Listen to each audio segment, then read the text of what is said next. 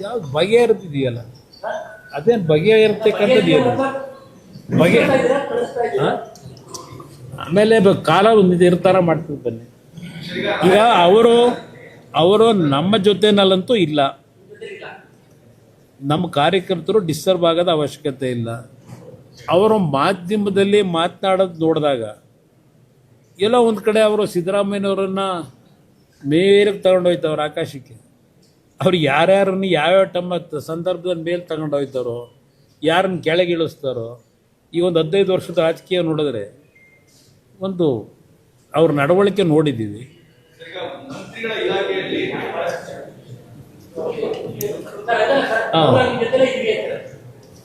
ನಾವು ಇಲ್ಲಿ ಇತ್ಕೊಂಡು ಈಗ ಕಾಂಗ್ರೆಸ್ ಮುಖ್ಯಮಂತ್ರಿ ಹೊಗಳಿದ್ರೆ ಏನರ್ಥ? ಅದು ಕಾಂಗ್ರೆಸ್ ಮುಖ್ಯಮಂತ್ರಿಗಳನ್ನ ಹೊಗಳ್ಕೊಂಡು ನಾನು JDS ಅಲ್ಲೇ ಇದ್ದೀನಿ ಅಂತ ಹೇಳಿದ್ರೆ ನಗಲ್ವ ಯಾರಾದರೂ? ಒಂದು ನಿಷ್ಠೆ ಇರಬೇಕು, ಒಂದು ನಿಯತ್ತಿರಬೇಕು. ಆಮೇಲೆ ನೋಡಿ, ತಂಬಾಕು ಬೆಳೆಗಾರರದು ಈ ಸರ್ಕಾರ ನನಗೇನಾದರೂ ಅರ್ಜಿ ಕೊಟ್ರಾ? ತಂಬಾಕು ಬೆಳೆಗಾರರ ಸಮಸ್ಯೆನೂ ಬಗೆಹರಿಸ್ತೆ. ಕೊಂಡ್ಕೊಳ್ಳೋದಕ್ಕೆ ನಿಲ್ಲಿಸಿದ್ರು, 18% ಟ್ಯಾಕ್ಸ್ ಹಾಕಿದ್ರು. ಏನು ಹೇಳಿ?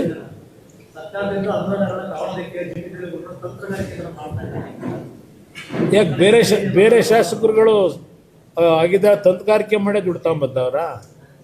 ಈ ಸರ್ಕಾರದಲ್ಲಿ ಏನೋ ಕಮಿಷನ್ ಅಂತಾರಲ್ಲ, ಯಾವ ತಂತ್ರಗಾರಿಕೆ ಬೇಕಿಲ್ಲ. ಯಾವುದಾದ್ರು ಇಲಾಖೆಗೆ ಹೋಗಿ ನೀವು ಅದೇನೋ ಪರ್ಸೆಂಟೇಜ್ ಫಿಕ್ಸ್ ಮಾಡ್ಕೊಂಡವ್ರಲ್ಲ, ಕೊಟ್ಟರೆ ಯಾರು ಬೇಕಾದರೂ ಹೋಗಿ ಇಲ್ಲಿ ದಲ್ಲಾಳಿಗಳು ಹೋಗ್ಬಿಟ್ಟು ತಗೊಂಬರ್ಬೋದು, ಮಿಡ್ಲ್ ಮ್ಯಾನ್ಗಳು. ಆ ರೀತಿ ಆಡಳಿತ ನಡೀತಾ ಇದೆ. ತಂತ್ರಗಾರಿಕೆ ಏನು ಬೇಕಿಲ್ಲ ಫಂಡ್ಸ್ ತರಕ್ಕೆ ಈ ಸರ್ಕಾರದಲ್ಲಿ. ಯಾರಾಗ್ತಾರೆ MLA ಅಭ್ಯರ್ಥಿ 2028 ಶೀಘ್ರದಲ್ಲೇ. ಪ್ರತಿದಿನ ಒಂದೊಂದು ಕ್ಷೇತ್ರದ ಟಿಕೆಟ್ ಆಕಾಂಕ್ಷಿಗಳ ಸಂಪೂರ್ಣ ಮಾಹಿತಿ ಪೊಲಿಟಿಕಲ್ ಜರ್ನಲಿಸ್ಟ್ KM ಶಿವಕುಮಾರ್ ಅವರಿಂದ. ಕರ್ನಾಟಕದ ನಂಬರ್ 1 ಡಿಜಿಟಲ್ ಮೀಡಿಯಾ ನಿಮ್ಮ ನೆಚ್ಚಿನ ಕರ್ನಾಟಕ ಟಿವಿಯಲ್ಲಿ ಮಾತ್ರ. ನೀವು ಸಣ್ಣ ಆಗ್ಬೇಕಲ್ವಾ? ಅದು ಒಂದು ಉತ್ತಮ ಆಹಾರದಿಂದ ಸಣ್ಣ ಆಗ್ಬೇಕಲ್ವಾ? ಪ್ರತಿದಿನ ನಮ್ಮ ಜೀನಿ ಸ್ಲಿಮ್ನ ಯೂಸ್ ಮಾಡಿ ಯಾವುದೇ ಸೈಡ್ ಎಫೆಕ್ಟ್ ಇಲ್ದಂಗೆ ನೀವು ಸಣ್ಣ ಆಗ್ತೀರಾ.